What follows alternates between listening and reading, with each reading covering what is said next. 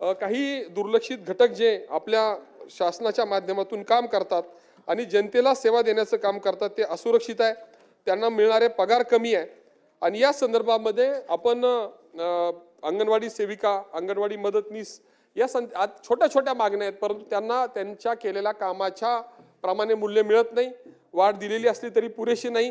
तीच परिस्थिती आशा वर्करची आहे। छोटी छोटी कामं आपण त्यांना करायला सांगतो आणि त्यांचा पगार मात्र 18,000, 3,500, 3,500 ते 5,000 आहे। तो मागणी त्यांची वाढवण्याची आहे। त्या संदर्भामध्ये सकारात्मक निर्णय घ्यावा। पोलीस पाटलांचा मोर्चा चालू आहे। त्यांचा पगार वाढ झाली असली तरी त्यांच्यावर असणारी जबाबदारी खूप मोठी आहे, त्यांनाही दिलासा देणं आवश्यक आहे। समग्र शिक्षा अभियानाच्या माध्यमातून जे कर्मचारी काम करतायत ते सुद्धा असुरक्षित आहे आणि त्या संदर्भात सुद्धा आपण सकारात्मक निर्णय घ्यावा अशा प्रकारची अपेक्षा माझी या चर्चेच्या निमित्तानं निश्चितपणे राहील।